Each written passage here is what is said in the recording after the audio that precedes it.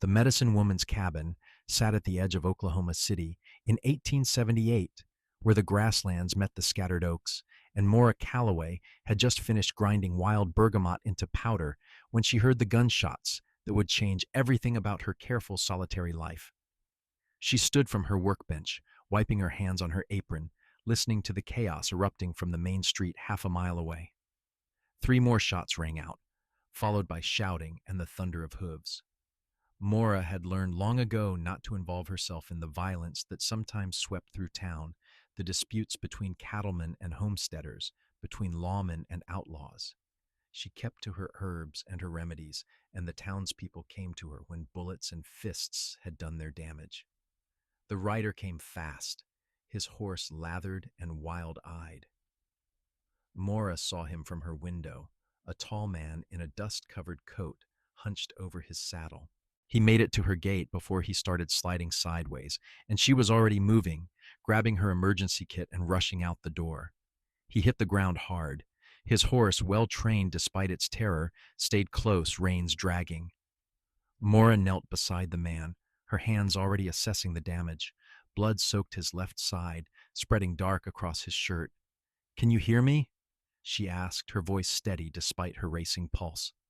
His eyes opened, and she found herself looking into a face weathered by sun and wind, with a strong jaw and a mouth set against pain.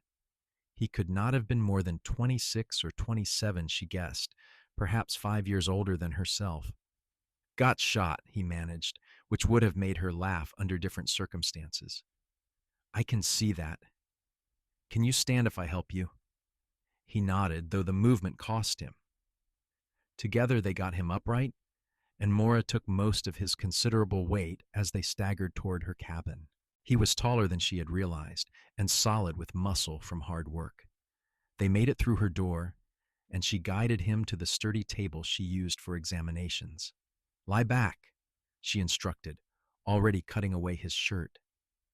The wound was high on his left side, just below his ribs. She probed gently, and he hissed through his teeth.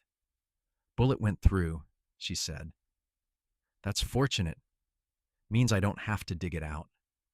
"Feels real fortunate," he said, and there was dry humor in his voice, despite the pain. Maura worked quickly, cleaning the wound with a strong tincture of golden seal and echinacea. She packed it with yarrow to stop the bleeding, then bound his torso tightly with clean linen. He watched her hands move with practiced efficiency, and she felt his gaze on her face. "You're good at this," he said. "I've had practice. Too much practice." She finished tying off the bandage and stepped back. "You'll need to stay still for a few days. That wound could bleed again if you move too much. Can't stay. Men who did this might come looking." Maura felt a chill run through her. "What did you do?" "Nothing criminal, if that's what you're asking."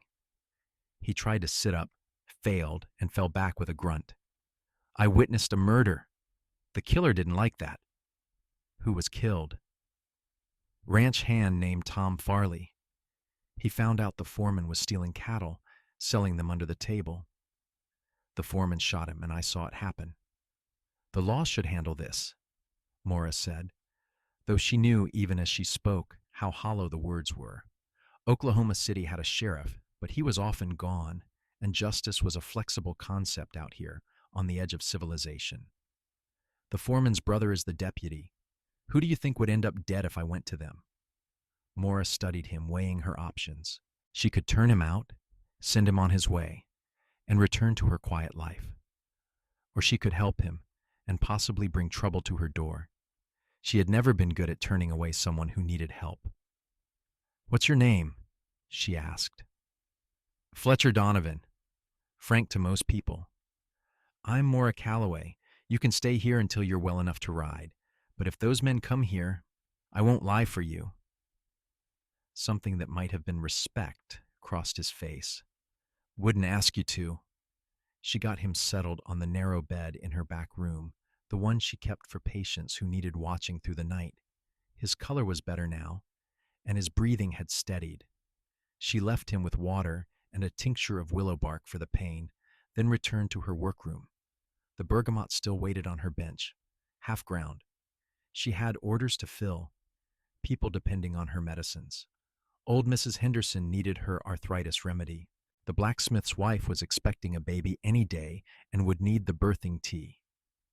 Life did not stop because a stranger had been shot, but Maura found her hands shaking as she worked, and she had to stop, pressing her palms flat against the wooden surface until they steadied. She had been alone for 3 years now, ever since her father died of fever, despite everything she tried to save him. He had taught her everything about plants and healing, knowledge passed down from her grandmother, who had learned from the Cherokee woman who married into their family 2 generations back. Maura had always been content with her solitary life, with her plants and her purpose. Now a wounded cowboy lay in her back room, and men with guns might come looking for him, and nothing felt safe anymore. She finished grinding the bergamot and moved on to mixing Mrs. Henderson's remedy. Wintergreen, black cohosh, and meadowsweet, measured carefully and combined with honey to make them palatable. She worked until the light faded, until her eyes ached and her back protested. And then she checked on Frank Donovan. He was sleeping, his breathing deep and even.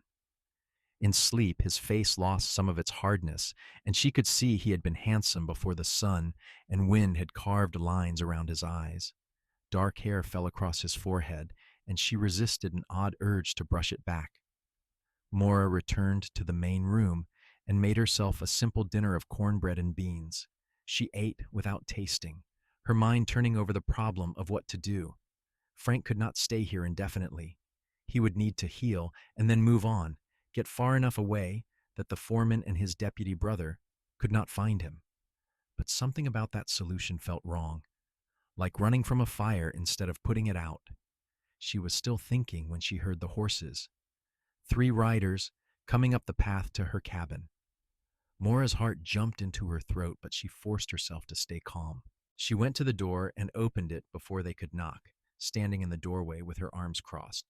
"Gentlemen," she said, "it's late for visitors."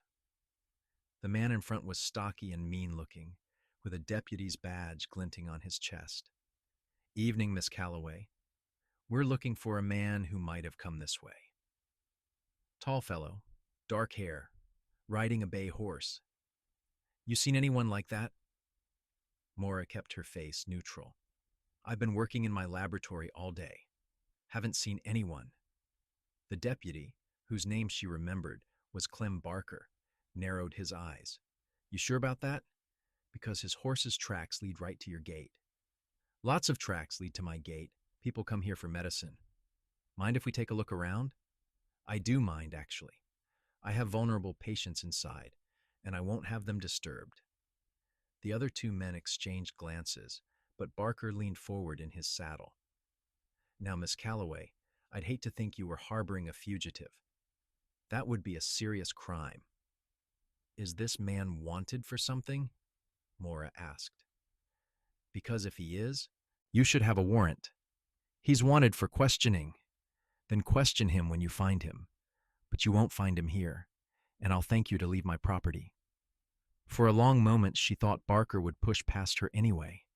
His hand rested on his gun, and violence hung in the air between them. Then one of the other men spoke up, an older cowhand with graying whiskers. "Come on, Clem. Lady said he isn't here. Let's check the livery." Barker stared at Maura a moment longer, then wheeled his horse around. "We'll be back if we find out you're lying." They rode off into the darkness, and Maura stood in the doorway until the sound of hoofbeats faded completely. Then she went inside, locked the door, and leaned against it, her legs suddenly weak. "Thank you." Frank's voice came from the backroom doorway. He was standing, one hand pressed to his side, his face pale. "You should be lying down," Maura said sharply, crossing to him. "You'll start bleeding again." "I heard the horses. I wasn't going to let them find me and put you in danger." "What were you going to do, fight them? You can barely stand." "I would have managed." He let her guide him back to the bed, sinking down onto it with poorly concealed relief. "But you handled them well enough on your own." "I didn't lie to them," Maura said. "I just didn't volunteer information they didn't directly ask for." Clever distinction. She checked his bandage, relieved to see no fresh blood. They'll be back. You know that. I know, I'll leave tomorrow. You can't ride tomorrow. That wound needs at least 3 days to start healing properly. If you try to ride before then, you could tear it open and bleed to death. Frank looked up at her, and in the lamplight, she saw the same strength in his eyes that she had felt in his grip when he leaned on her. I won't put you at risk. Maura. The use of her first name sent a strange warmth through her chest. Then we'll have to be smart about this. Your horse needs to be hidden. The tracks need to be obscured. And you need to stay out of sight.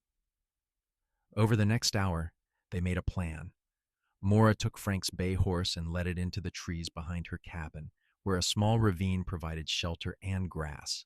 She spent another hour scuffing out tracks and creating new ones that led away from her property.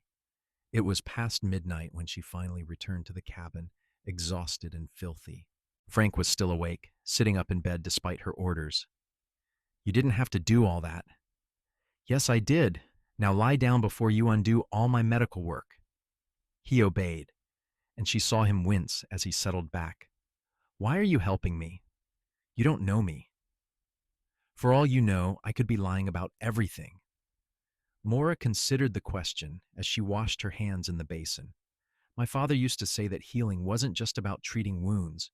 It was about seeing people, really seeing them, and knowing in your gut who needed help. I see you, Frank Donovan, and my gut says you're telling the truth. Your gut is right, for what it's worth. She dried her hands and turned to face him. Tell me about what you saw. The murder. Frank's jaw tightened. The foreman's name is Samuel Vance. He's been working at the Double R Ranch for 5 years, and for at least 2 of those years, he's been systematically stealing cattle. Tom Farley was an honest man, maybe too honest. He tracked the missing cattle and figured out Vance was selling them to a buyer in Kansas. Tom confronted him yesterday in the North Pasture. I was riding fence line nearby, and I heard them arguing. What happened? Tom said he was going to tell the owner. Vance pulled his gun and shot him 3 times. Made sure he was dead. Then he saw me. How did you get away? I rode. Vance shot at me. Hit me once, but my horse is fast, and Vance was on foot. I made it to the ranch, grabbed my things, and headed for town. Figured I'd tell the sheriff, not knowing his deputy was Vance's brother. Maura sat down in the chair beside the bed. What's your plan?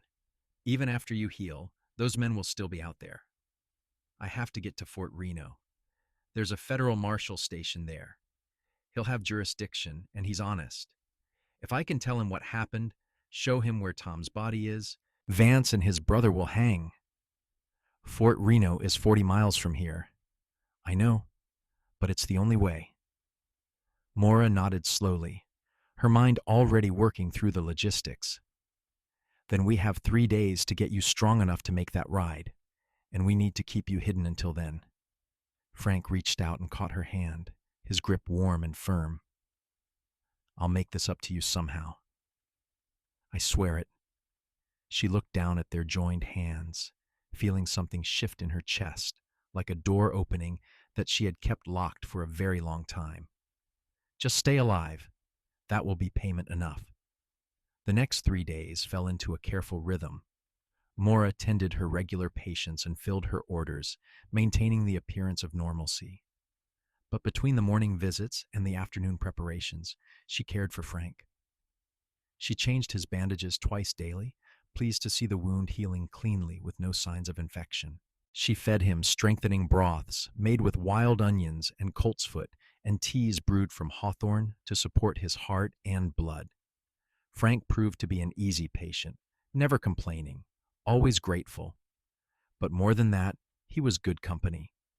They talked as she worked, and Maura found herself telling him things she had not spoken aloud in years, about her father and his death, about the loneliness of her work, about the satisfaction she found in healing.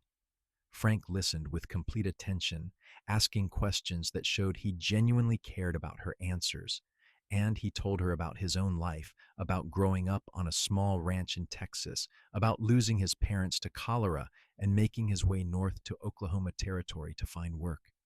He had been at the Double R Ranch for 8 months, saving money to buy his own piece of land someday. I want something that's mine, he said on the second evening, as Maura checked his bandage. Not just working for someone else's dream, but building my own. What would you do with land? She asked, her fingers gentle on his skin. Raise horses. Good horses, the kind that can run all day and still have heart left over. Maybe some cattle, but mostly horses. He looked up at her. What about you? Will you stay here forever making medicines? I haven't thought much about forever, Maura admitted. I've been focused on getting through each day. That's no way to live. It's the way I've been living. Frank caught her hand again, and this time she did not pull away. You deserve more than just getting through days, Maura. You deserve a life that makes you happy. She felt her cheeks warm and busied herself with tying off the fresh bandage. Happiness is a luxury. Survival is more practical. Maybe you shouldn't have to choose. On the third day, Frank was strong enough to stand and walk without help. His color had returned, and though he was still stiff and sore, Maura judged him capable of making the ride to Fort Reno. They planned to leave before dawn the next morning, traveling through the coolest part of the day. That evening, as Maura prepared supplies for the journey, someone knocked on her door. She froze, exchanging a quick glance with Frank, who immediately moved toward the back room. But the voice that called out was familiar. Miss Calloway, it's Ruth Henderson. My grandmother needs more medicine. Maura opened the door to find a girl of about 16, her face anxious. Ruth, what's wrong? Grandmother's arthritis is terrible bad. She used up all the medicine you gave her, and she's in such pain she can't sleep. Ma sent me to ask if you have any more ready. Of course, come in. Maura ushered the girl inside and went to her shelves, where she kept prepared remedies. She found the jar labeled for Mrs. Henderson and measured out a generous portion. As she worked, she felt Ruth's curious eyes moving around the cabin. Are you all right, Miss Calloway? You look tired. I've been working hard, that's all. Ma says there's been trouble in town. Deputy Barker and his brother are looking for some man. They say he's dangerous. Maura kept her voice level. Do they? But Pa says the Barkers are liars and thieves, and he doesn't believe a word they say. Ruth accepted the wrapped packet of medicine. How much do I owe you? Tell your grandmother it's a gift. She's always been kind to me. Ruth's face brightened. Thank you, Miss Calloway. You're an angel. She turned to leave, then paused. Oh, I almost forgot. There's going to be a dance on Saturday night to celebrate the new schoolhouse. You should come. You never come to town gatherings. I'll think about it, Maura said, though she knew she would not go. She never did.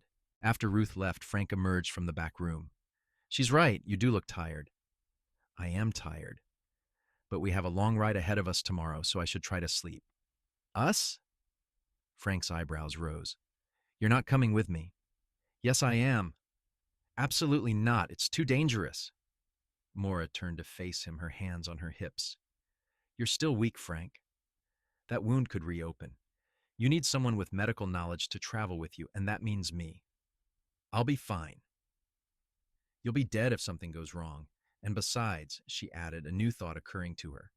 If I go with you to Fort Reno, I can testify that Deputy Barker came here looking for you, that he seemed more interested in silencing a witness than in actual justice. My word will support yours. Frank stared at her for a long moment. You've really thought this through. I have. We leave before dawn. Pack light, move fast, and reach Fort Reno by tomorrow evening if we push hard. Maura, if something happens to you because of me, nothing will happen to me. We'll be careful. She met his eyes, feeling that same strange warmth in her chest. I'm not letting you do this alone, Frank. So stop arguing and get some rest. He smiled then, a real smile that transformed his weathered face and made her heart skip a beat. Yes, madam. They left in the darkness before dawn, when the world was still and cool. Maura had packed carefully, medical supplies and food in her saddlebags, her best riding dress practical and sturdy. Frank's bay horse was rested and ready, and her own mare, a steady buckskin named Honey, nickered softly as Maura saddled her. They rode west initially, away from Fort Reno, in case anyone was watching. Then they circled north, using the trees and ravines for cover. The sun rose behind them, painting the sky in shades of pink and gold, and Maura felt a thrill of freedom she had not experienced in years. Frank set an easy pace, mindful of his healing wound. They stopped frequently to rest the horses and drink from their canteens. Around midday, they found a creek shaded by cottonwoods and dismounted to let the horses drink and graze. "How are you feeling?" Maura asked, watching Frank carefully for signs of fatigue or pain. "Sore, but managing." "Your medicines are good. They're only as good as the plants I can find. I'm always looking for new specimens, things I haven't worked with before." Frank looked thoughtful. "When this is over, if you want, I could bring you plants from the places I travel. Cowboys see a lot of country. I bet I could find herbs you've never seen." The offer touched something deep in Maura's heart. "You would do that?" "Why not? You saved my life. Seems like the least I could do." They remounted and continued north. The land rolled gently, covered in prairie grass that bent beneath a constant wind. They saw antelope in the distance, and once a small group of wild horses that Frank watched with obvious longing. "Beautiful animals," he murmured. "That's what I want to raise. Horses with that kind of spirit." "You'll do it," Maura said with certainty. "You're the kind of man who makes things happen." He looked over at her, something warm in his expression. "How do you know?" "Because you're here, doing the right thing even though it's dangerous. Because you care about justice more than your own safety. That kind of character doesn't fail. I hope you're right." As the afternoon wore on, Maura found herself hyper-aware of Frank's presence beside her. The way he sat his horse with easy grace despite his injury. The way he scanned the horizon constantly, alert for danger. The way he looked at her when he thought she was not paying attention, with an expression she could not quite name, but that made her skin feel warm. They had been strangers 4 days ago. Now she could not imagine her life without him in it. The realization shook her. She had been alone for so long, content with her solitude, that she had forgotten what it felt like to want someone's company, to miss them when they were gone, to think about a future that included more than just survival. They were perhaps 10 miles from Fort Reno when they saw the riders behind them. 3 men pushing their horses hard, and even from a distance, Maura recognized the lead horse as belonging to Deputy Barker. "Damn," Frank said. "They must have been watching your cabin, waiting for us to leave. Can we outrun them? Not with me slowing you down. But maybe we can outsmart them." He pointed to a rocky outcropping ahead. "There, we can defend that position if we have to." They pushed their horses into a gallop, racing for the rocks. Maura's heart pounded, fear and adrenaline mixing in her veins. They reached the outcropping and dismounted, leading the horses into cover. Frank pulled his rifle from its scabbard, checking the load with practiced efficiency. "Stay behind the rocks," he told Maura. "If shooting starts, get down and stay down." "I can shoot," she said. "My father taught me." "Can you hit what you aim at?" "Usually." He handed her his revolver. "Then you watch the right flank. I'll take the left." The 3 riders pulled up about 50 yards away, spread out in a line. Deputy Barker called out, his voice carrying across the distance. "Donovan, you're surrounded. Come out with your hands up."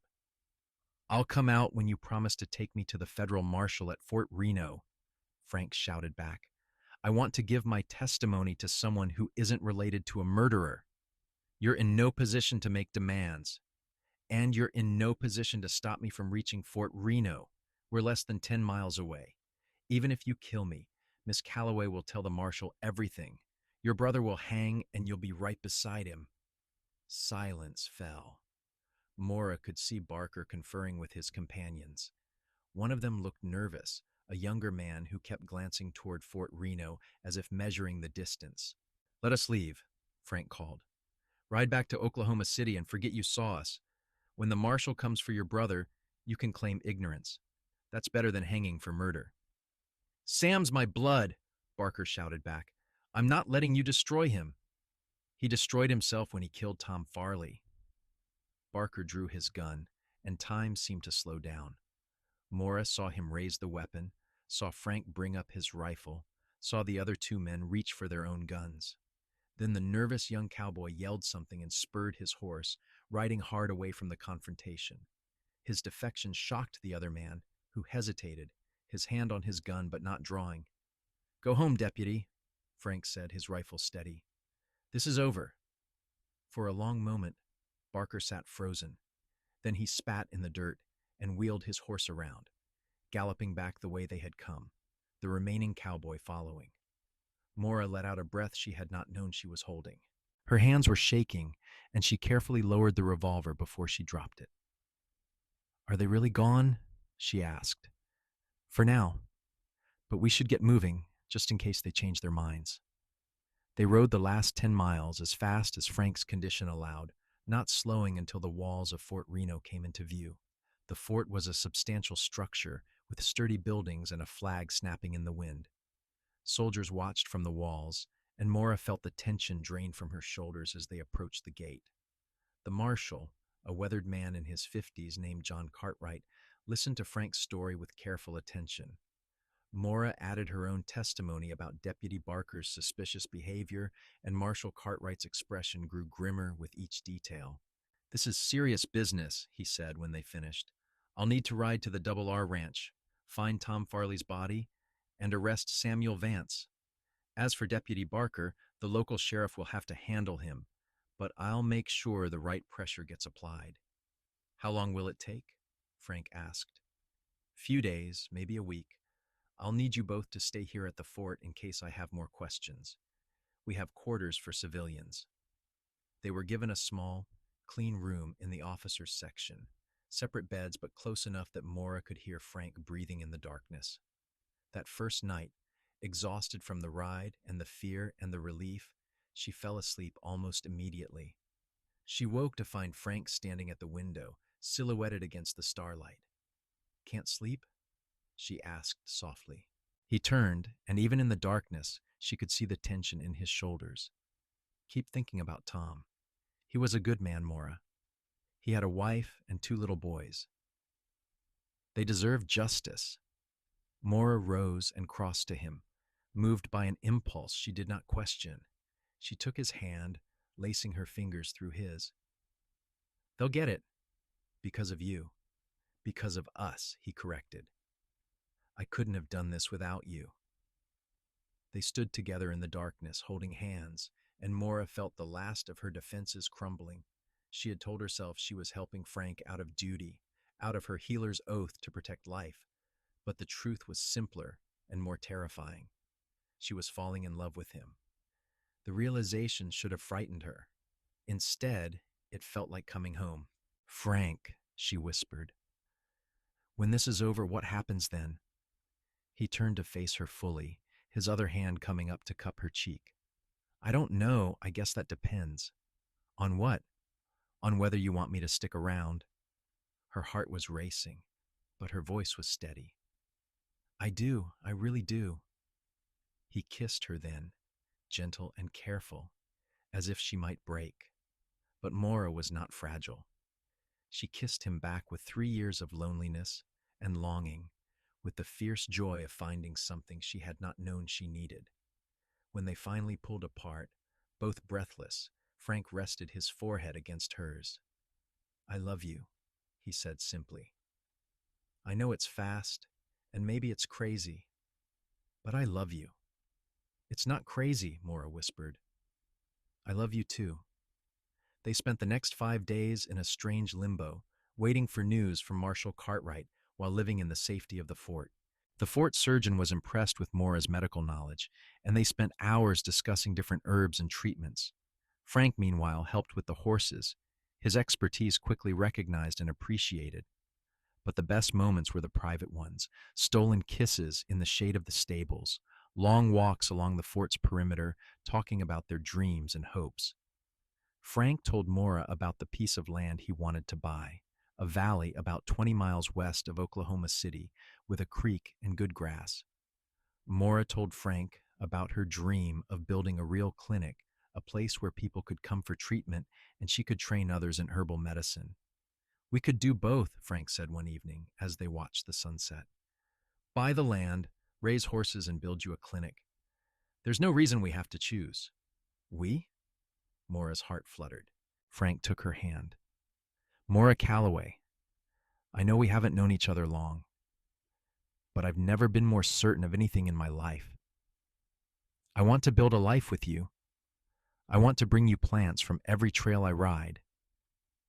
I want to watch you heal people and know that I'm part of making that possible. Will you marry me?" Tears stung Maura's eyes, but they were happy tears. "Yes, yes, Frank, I'll marry you." He kissed her there on the fort wall as the sun turned the sky to fire, and Maura thought her heart might burst from joy. Marshal Cartwright returned 6 days after they arrived at Fort Reno. He looked tired but satisfied as he briefed them in his office. "Found Tom Farley's body right where you said it would be. Samuel Vance tried to run, but we caught him. He's in custody, and he'll hang for murder. As for Deputy Barker, the sheriff has agreed to dismiss him.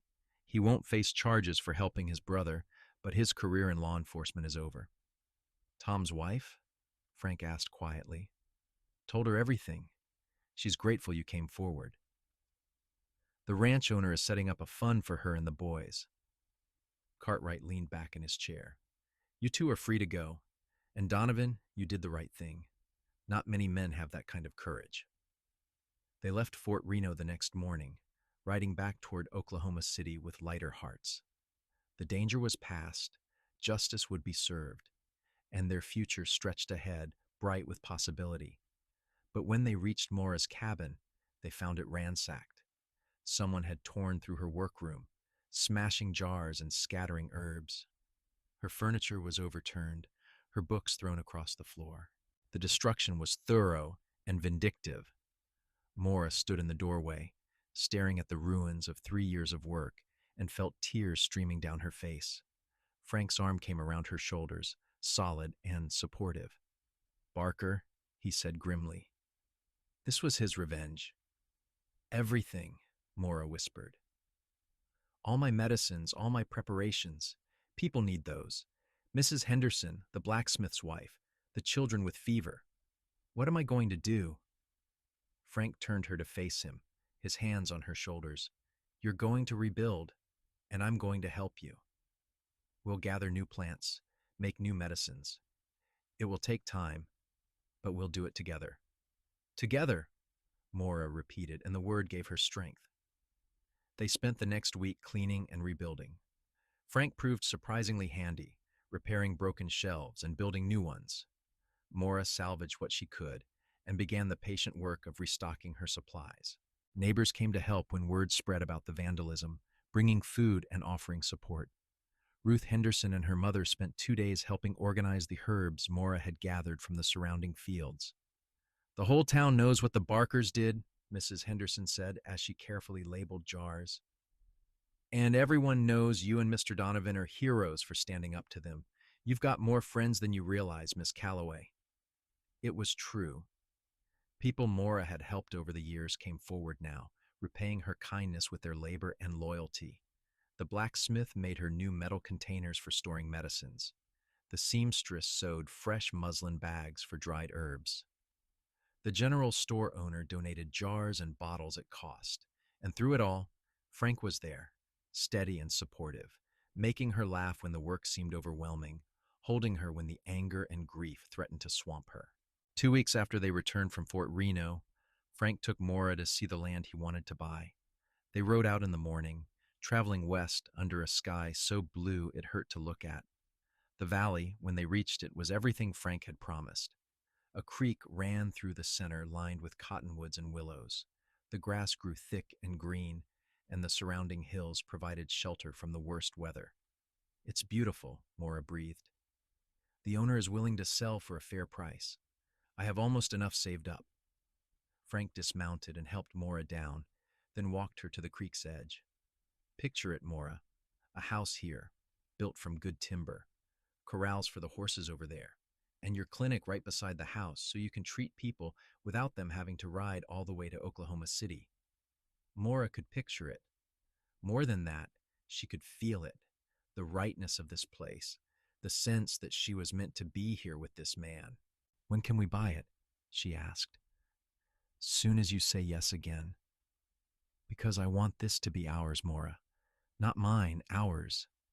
She kissed him there beside the creek, with the wind in the grass and the sky stretching forever overhead. "Yes, now and always, yes." They married 3 weeks later in a simple ceremony at the small church in Oklahoma City. The pastor was an old man who had known Maura's father, and he smiled as he pronounced them husband and wife. Ruth Henderson and her mother stood as witnesses, and half the town seemed to attend the celebration afterward. The blacksmith's wife, heavily pregnant, pulled Maura aside. "I'm so happy for you, Mrs. Donovan. You deserve this joy." "Thank you, Martha. How are you feeling?" "Ready for this baby to come, honestly. But I'm not worried knowing you'll be there to help." Maura squeezed her hand. "I wouldn't miss it." Frank had been right about the owner of the valley land. The man was ready to retire and sell to someone who would care for the property. They finalized the purchase a week after the wedding, and Frank immediately began planning the house and outbuildings. "We'll live in your cabin while we build," he said, as they paced out the foundation. "Should take most of the summer, but by fall we'll have a real home." "Just having you is a real home," Maura said, and meant it. They fell into the rhythm of married life with surprising ease. Maura continued her medical practice from the cabin, while Frank worked on the new property, clearing land and preparing for construction. And true to his word, he began bringing her plants. The first time, he returned from a 3-day trip to help move cattle and presented her with a carefully wrapped bundle. "Found these growing near the Canadian River," he said, watching her face eagerly. "The old Cherokee man at the ranch said they were good for fever." Maura unwrapped the bundle to find several specimens of butterfly weed, their orange flowers still vibrant. "Oh, Frank, these are perfect. I've been wanting to grow these, but they're not native to this immediate area. There's more where that came from. I can get you seeds next time." He kept his promise. Every trail he rode, every cattle drive he helped with, Frank collected plants for Maura. He learned to identify useful herbs, to dig up roots without damaging them, to collect seeds at the right time. He brought her wild ginger from the creek bottoms, black cohosh from the forested hills, and once, after a trip to the Wichita Mountains, a rare specimen of spider lily that made her cry with joy. "How did you find this?" she asked, cradling the plant like precious cargo. "Climbed down a ravine to get it. Nearly broke my neck, but the look on your face is worth it." The collection grew, carefully tended in the garden behind the cabin. Maura experimented with cultivation, learning which plants thrived in Oklahoma soil and which needed special care. Frank built her cold frames and drying racks, and together they created something neither could have managed alone. In July, Martha the blacksmith's wife went into labor. Maura spent 18 hours with her, using raspberry leaf tea to strengthen contractions and shepherd's purse to manage bleeding. When the baby finally came, a healthy boy with powerful lungs, Martha wept with relief and gratitude. "Thank you," she whispered. "Thank you for being here." Frank was waiting when Maura returned home, exhausted but satisfied. He had dinner ready and a hot bath drawn, and as Maura soaked away the fatigue, he sat beside the tub and listened to her talk about the birth. "You love this," he said. "Really love it." "I do. Bringing new life into the world, helping people heal, it feels like the most important work I could do." "Then we'll make sure you can keep doing it. The clinic will be the finest in the territory. Construction on the new house began in August. Frank hired 2 men from town to help, and the 3 of them worked from dawn to dusk, raising walls and framing the roof. Maura helped when she could, but she was increasingly busy with patients as word spread about the new clinic that would open in the valley. She treated injuries and illnesses, dispensed medicines and advice. She delivered 2 more babies that summer and saved a child from croup using a steam tent infused with eucalyptus oil. Every success felt like a victory, and Frank celebrated each one with her. "You're changing lives," he told her one evening, as they sat on the half-finished porch of the new house. "People are healthier because of you." "People are healthier because you bring me the plants I need," Maura corrected. "We're a team, Frank. Best team I've ever been part of." The house was finished in late September, a sturdy structure with large windows and a wide porch. The clinic occupied one entire wing, with a treatment room, a laboratory for preparing medicines, and storage for supplies. Their living quarters were comfortable and cozy, with a bedroom that caught the morning sun and a kitchen big enough for Maura to cook the meals she was learning to make. Frank built the corrals next, and then he brought home his first horses. 5 mares, carefully selected from various ranches, each with good bloodlines and sound temperament. He also purchased a magnificent bay stallion named Thunder, who had the speed and stamina Frank prized. "This is the start," he said, watching the horses settle into their new home. "In a few years, we'll have foals to train and sell. People will come from all over for Donovan horses." Maura leaned against him, content. "Donovan horses and Donovan medicines. We'll be famous." He laughed and kissed the top of her head. "I just want to be happy, and I am, Maura, happier than I ever thought possible." Their first winter in the new house was cold but wonderful. Snow fell heavy in December, blanketing the valley in white silence. Frank tended the horses while Maura worked in her laboratory, preparing medicines for the spring planting season. In the evenings, they sat by the fire, reading or talking, or simply being together. Maura discovered she was pregnant in January.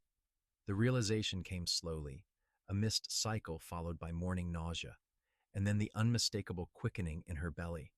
She told Frank on a Sunday morning, watching his face transform from confusion to wonder to pure joy. "A baby?" he said, his voice cracking. "We're going to have a baby? In late summer, I think." He swept her into his arms, spinning her around until she laughed and begged him to stop before she got dizzy. Then he set her down carefully, as if she might break, his hands gentle on her face. "I'm going to be a father." "A wonderful father," Maura said with certainty. Frank threw himself into preparations with characteristic intensity. He built a cradle from smooth oak, carved with horses running around the edges. He added a nursery to the house, painting it soft yellow because they did not know if they were having a son or daughter. He fussed over Maura constantly, worried about her health and the baby's development. "I'm a midwife, Frank," she reminded him gently. "I know what I'm doing." "I know, but let me worry anyway. It makes me feel useful." Spring brought new life to the valley. The mares all carried foals, and Frank watched them with the same anxious attention he gave Maura. The first foal arrived in April, a leggy colt with Thunder's coloring and his mother's gentle eyes. Frank named him Storm, and the pride in his face as he showed the foal to Maura made her heart overflow. "He's perfect," she said, stroking the colt's velvet nose. "Just wait until you see him run. He's going to be a champion." 4 more foals followed, each healthy and strong. Frank's reputation as a horse breeder began to spread, and people came from miles around to see the Donovan stock. He sold 2 yearlings that spring for excellent prices, and the money went toward expanding the breeding program and improving the clinic. Maura's practice continued to grow. She treated everyone who came to her door, regardless of their ability to pay. When people could not afford her medicines, she bartered for goods or services. Her garden expanded to include dozens of medicinal plants, many of them brought by Frank from his travels. In May, he returned from a cattle drive to Colorado with his most precious cargo yet, a packet of rare mountain herbs that Maura had only read about in her father's journals. I met a Ute woman who knew about medicine plants, Frank explained as Maura carefully examined the dried specimens. She told me what they were used for, and I wrote it all down for you. Maura looked at the notes in Frank's careful handwriting, detailing uses and preparations, and felt tears sting her eyes. You're amazing. You know that? I just love you, and I love seeing you happy. Their son was born on a hot August night, arriving so fast that Frank barely had time to fetch Mrs. Henderson to help. Maura had delivered dozens of babies, but being on the other side of the process was humbling and terrifying and more painful than she had imagined. But when the baby finally emerged, red-faced and squalling, and Frank placed him in her arms, all the pain evaporated. He's here, she whispered. Our son is here. Frank was crying, tears streaming down his face as he touched the baby's tiny fingers. He's perfect, Maura, he's absolutely perfect. They named him James Thomas Donovan, honoring Maura's father and the man whose death had brought them together. Little James had dark hair like his father and Maura's green eyes, and from the beginning, he had a set of lungs that could wake the dead.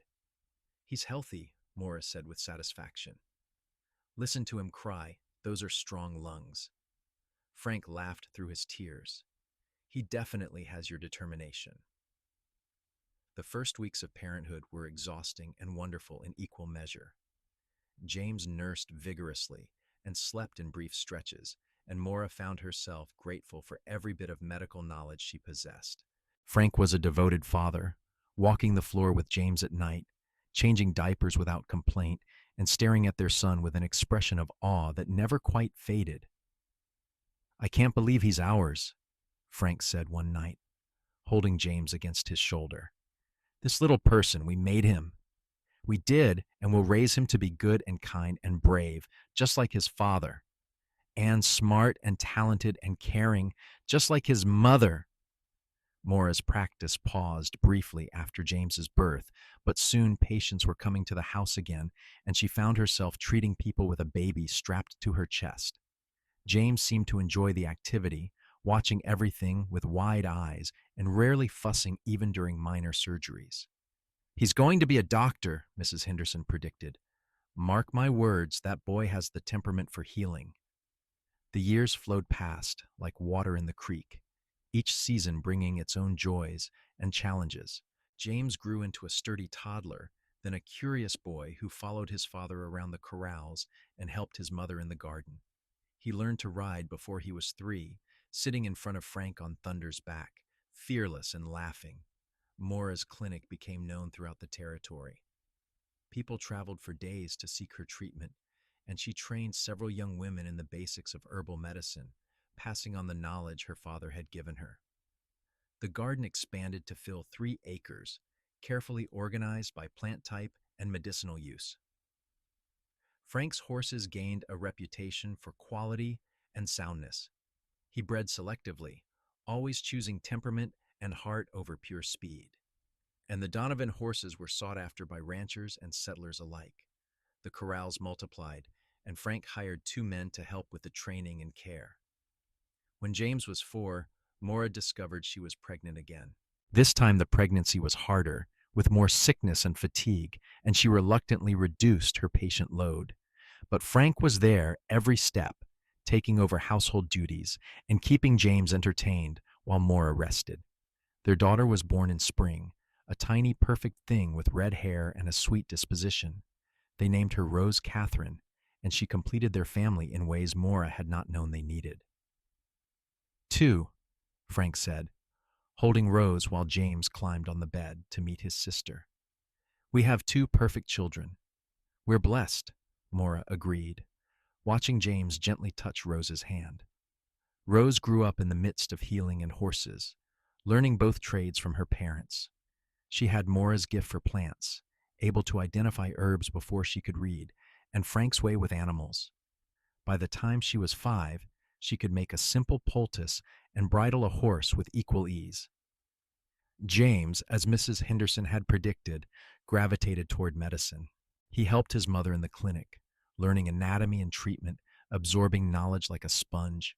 But he also loved the horses, and Frank taught him everything about breeding and training. They're going to have choices, Frank said one evening, watching their children play in the yard. They can choose medicine or horses or something completely different. We'll support them no matter what. Our father would have loved them, Maura said softly. He would have been so proud. He'd be proud of you too. Look at everything you've built. Maura looked around at the valley, at the house and clinic, at the gardens and corrals, at the family they had created. We built it together. I couldn't have done any of this without you, Frank. Without you bringing me those plants from every trail. Without your support and love and partnership. Best decision I ever made was getting shot near your cabin, Frank said with a grin. She swatted his arm. Don't joke about that. I could have lost you before I ever really found you. He pulled her close, kissing her temple. But you didn't. And now we have this whole beautiful life. The children grew, and the years continued their steady march. James went to medical school in Kansas City when he turned 18, determined to combine his mother's herbal knowledge with formal medical training.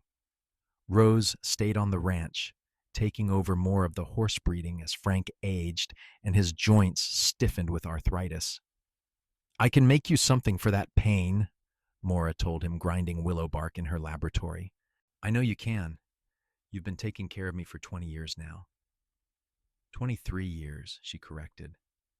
23 years since you rode up to my cabin, bleeding and desperate. Frank came up behind her, wrapping his arms around her waist. Best day of my life, even with the bullet wound. She leaned back against him, still feeling the same flutter in her chest that she had felt that first night when he took her hand. Mine too. They stood together in comfortable silence, watching through the window as Rose worked with a young filly in the corral. The horse, skittish and uncertain, gradually relaxed under Rose's patient handling. She's better with horses than I ever was, Frank said proudly. And James is a better doctor than I am. We raised good children, Frank. We did. But the best thing we did was choose each other. More years passed, bringing grandchildren who ran through the gardens and learned to ride almost before they could walk. James returned from medical school and opened a practice in Oklahoma City, but he came home frequently, bringing his wife and children to the valley. Rose married a cowboy who worked for a neighboring ranch, and they built a house on the far side of the property, close enough to help but far enough for privacy. Maura and Frank grew older together, their hair turning gray, their bodies slowing but their love never diminishing. They still took walks by the creek where he had first proposed. They still worked side by side, Frank bringing her new plants when he rode to check on the herds, Maura treating his aches and pains with the same gentle hands that had patched him up so long ago. On their 30th anniversary, Frank organized a celebration at the ranch. It seemed like half of Oklahoma territory came, filling the valley with laughter and music. Ruth Henderson, now a grandmother herself, gave a speech about how Maura had been the first person to show her real kindness. The current pastor of the church talked about the lives the Donovans had saved and improved.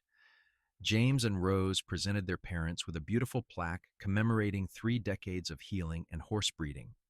But the best moment came at the end of the night, when everyone had gone home and Maura and Frank stood alone under the stars. Do you remember what you said to me that first night? Frank asked. When you were bandaging my wound? I said a lot of things. You said you saw me, really saw me, and you knew I was telling the truth. Maura smiled, remembering. I did say that, and I was right. You were. You've always been right about the things that matter. He took her hands, holding them gently. I love you, Maura Donovan. I loved you when you were a lonely medicine woman in a cabin. I loved you when you stood up to Deputy Barker. I loved you when you gave me our children. And I love you now, after 30 years of building this life together. I love you too, Maura whispered. You're the best thing that ever happened to me. You and this family, and this life. They danced there in the starlight, slow and careful, bodies fitting together perfectly after so many years. The valley slept around them, peaceful and prosperous, a testament to what two people could build when they chose love over fear, partnership over solitude. Frank had kept his promise. For 3 decades, he had brought Maura plants from every trail he rode, supporting her work and her passion. And Maura had kept hers, healing the sick and injured, bringing life and hope to the territory. Together they had created something neither could have managed alone: a family, a legacy, and a love that would endure long after they were gone. As they stood there, holding each other under the Oklahoma stars, Maura thought about that frightened cowboy who had ridden up to her cabin so long ago. She thought about the choice she had made to help him, to protect him, to love him. It had been the easiest and hardest decision of her life, and she had never regretted it for a single moment. "What are you thinking?" Frank asked, feeling her smile against his chest. "I'm thinking about how lucky we are, how everything worked out exactly the way it was supposed to. Even the getting shot part, even that, especially that, because it brought you to me." They stayed there until the first hint of dawn touched the eastern sky. Two people who had found each other against all odds and built a life worth living. The valley would continue to thrive, the horses would run free, and the medicines would heal the sick. But more than any of that, the love between Maura and Frank Donovan would endure. A beacon of hope and proof that even in the wild, untamed West, true love could flourish and grow strong. Years later, when they were both very old and their grandchildren had grandchildren of their own, people would still tell the story of the medicine woman and the cowboy. How he had brought her plants from every trail he rode. How she had saved his life and he had given her a reason to truly live. How together they had built something beautiful and lasting in the Oklahoma Territory. And when Frank finally passed peacefully in his sleep at the age of 84, Maura held his hand and whispered the same words she had spoken on their wedding day: "Now and always." She followed him 3 months later, her body simply giving up without him beside her. They were buried on the hill overlooking the valley, where they could watch over the family and the legacy they had created together. The clinic continued, run by James and then by his daughter. The horses still bore the Donovan name, bred by Rose's children and grandchildren. And in the garden, carefully tended through the generations, grew dozens of species of medicinal plants, each one descended from specimens that Frank Donovan had brought home to his wife from the trails he rode. It was a love story that had started with violence and blood, but it had bloomed into something beautiful and lasting, a testament to the power of choosing love, of supporting each other's dreams, of building something meaningful together. The Wild West had been a hard, unforgiving place, but in the midst of all that hardness, Maura and Frank had found something soft and precious and eternal. Their story became legend, passed down through the family and the community, a reminder that true love could be found in the most unexpected places, and that two people working together could change the world. The medicine woman who had lived alone in her cabin had found her cowboy, and together they had created a life full of love, purpose, and meaning that would echo through the generations long after they were gone. The valley still stands, green and peaceful, with horses running free and gardens full of healing plants. And if you listen carefully on quiet nights, some say you can still hear them. The medicine woman and her cowboy, laughing together in the starlight, their love as eternal as the Oklahoma sky.